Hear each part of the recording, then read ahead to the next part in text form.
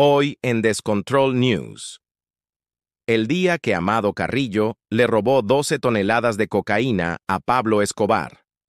A mediados de febrero de 2013, una revelación sacudió el mundo del crimen organizado y la historia del narcotráfico en América Latina.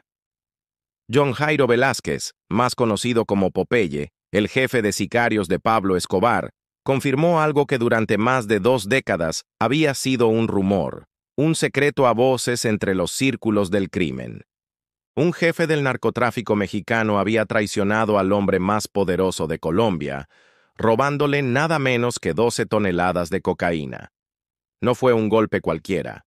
Fue un acto de osadía sin precedentes, una traición que estuvo a punto de desatar una guerra entre dos de los cárteles más temidos del mundo, el cartel de Medellín y el cartel de Juárez. El responsable de esta hazaña no era otro que Armando Carrillo Fuentes, el hombre conocido como el Señor de los Cielos, el capo, que dominaba la frontera entre México y Estados Unidos con una red de corrupción, aviación privada y una ambición desmedida. Con este robo, Carrillo no solo desafió al poder de Pablo Escobar, sino que marcó un antes y un después en la relación entre los cárteles colombianos y los mexicanos. Dejó claro que el poder ya no estaba solo en las selvas de Antioquia, sino también en los cielos de Chihuahua. La historia de esta traición comienza en 1988, cuando el tráfico de cocaína desde Colombia hacia Estados Unidos se había convertido en un objetivo prioritario para las agencias antidrogas estadounidenses y colombianas.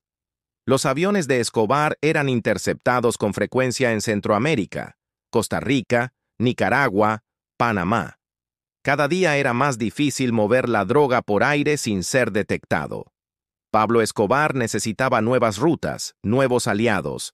Fue entonces cuando los caminos de Colombia y México se cruzaron. Armando Carrillo Fuentes se presentó como la solución. Ofreció una red de transporte por mar y, sobre todo, una flotilla aérea que podía mover grandes cantidades de cocaína directamente desde Sudamérica hasta territorio mexicano.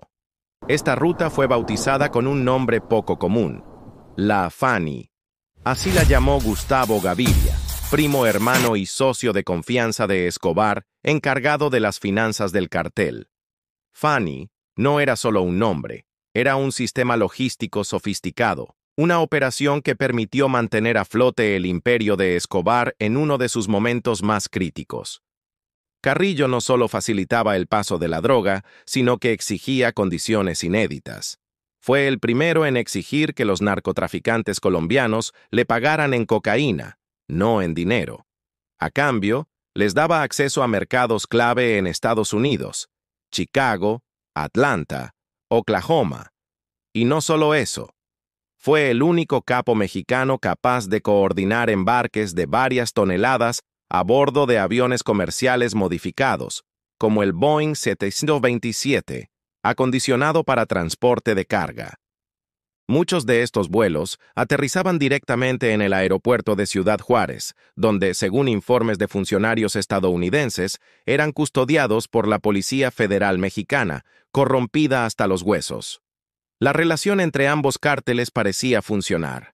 Popeye, como jefe de seguridad de Escobar, era el encargado de viajar a México, supervisar los envíos y mantener la comunicación con Carrillo. Él mismo contó que no era una tarea fácil. Los sicarios mexicanos eran más salvajes, más sanguinarios que los colombianos, dijo en entrevistas posteriores. Pero a pesar de las diferencias, el negocio fluía, hasta que llegó el punto de ruptura. En 1991, Pablo Escobar decidió entregarse a las autoridades y fue recluido en la Catedral, una prisión construida especialmente para él en las afueras de Medellín. Un lugar más parecido a una fortaleza que a una cárcel. Mientras Escobar vivía allí bajo condiciones privilegiadas, pensando que mantenía el control de su imperio, algo se estaba gestando en la sombra. Fue en ese momento, cuando Escobar estaba encarcelado, que Armando Carrillo Fuentes dio el golpe más audaz de su carrera. Robó 12 toneladas de cocaína pertenecientes al cartel de Medellín. Popeye lo confirmó. Estábamos en la Catedral y Amado Carrillo le robó al patrón 12,000 kilos de cocaína. Lo hizo en alianza con el cartel de Cali, que en ese momento estaba en guerra abierta con nosotros. Esa alianza entre Carrillo y los Rodríguez Orejuela fue el golpe final. No solo se quedaron con la droga, sino que cortaron el suministro, debilitando aún más a Escobar en un momento de máxima vulnerabilidad. El impacto fue devastador. El patrón, como le llamaban, quedó financieramente golpeado. Perder 12 toneladas de cocaína no era solo una pérdida económica, era un golpe simbólico, una humillación.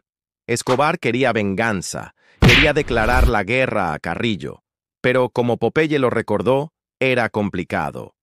En ese momento, el cartel de Medellín ya tenía múltiples frentes abiertos.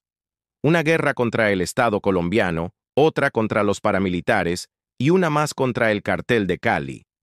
Abrir un cuarto frente, esta vez contra el poderoso capo mexicano, hubiera sido un suicidio estratégico. Y así, sin disparar un solo tiro, Armando Carrillo Fuentes consolidó su poder. El robo no solo lo enriqueció, sino que lo convirtió en una leyenda. Demostró que un narcotraficante mexicano podía no solo competir con Escobar, sino desafiarlo y salir victorioso. Fue el nacimiento de una nueva era. Los mexicanos ya no eran simples mulas o transportistas. Eran socios, aliados, y si era necesario, traidores. Tras la traición, Carrillo no se detuvo. Estableció una alianza con el cartel de Cali, pensando que era sólida. Pero la historia del narcotráfico está llena de traiciones. En 1993, los colombianos, venganza en mano, atentaron contra Carrillo y su familia en el restaurante Walheim, en la Ciudad de México. El ataque dejó 3 guardaespaldas y 2 comensales muertos. Aunque Carrillo sobrevivió, el mensaje era claro. En este mundo, nadie está a salvo. A pesar de su fama, la hazaña de robarle a Escobar no fue igualmente conocida en todo México. Sandra Rodríguez Nieto, autora del libro La fábrica del crimen, señala que en Chihuahua, estado donde operaba el cartel de Juárez, el mito de Carrillo no se construyó tan fuerte como en Tijuana o en Baja California. Una de las razones, Carrillo no operaba desde las capitales del estado, Ciudad Juárez o Chihuahua, sino desde Ojinaga, un pequeño pueblo a orillas del río Bravo, en la frontera con Texas. Fue allí, en 1993, después de romper con Escobar, donde estableció su base de operaciones. La discreción era su norma. Carrillo era un hombre que evitaba la exposición, no buscaba la fama, prefería moverse en la sombra, corromper a las autoridades más altas, volar en aviones privados bajo identidades falsas. Su osadía no venía solo del control del aire. De ahí su apodo de El Señor de los Cielos, sino de su capacidad para infiltrar las instituciones.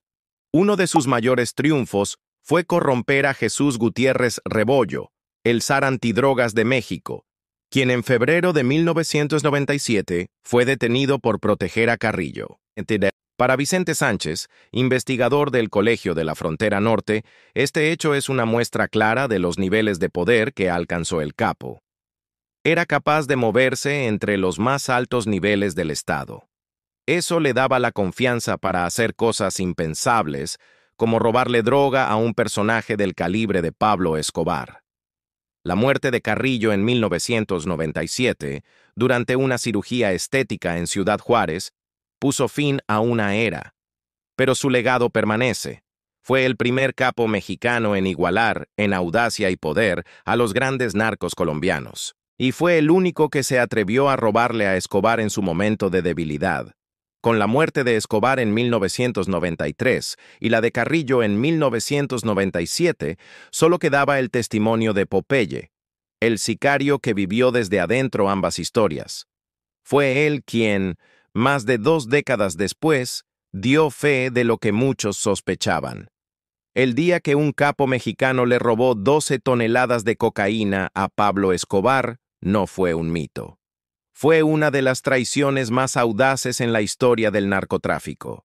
Y aunque el mundo nunca lo supo a tiempo, hoy sabemos que en el submundo del crimen, El poder no se mide solo por la cantidad de droga que se mueve, sino por el coraje para desafiar al más temido de todos.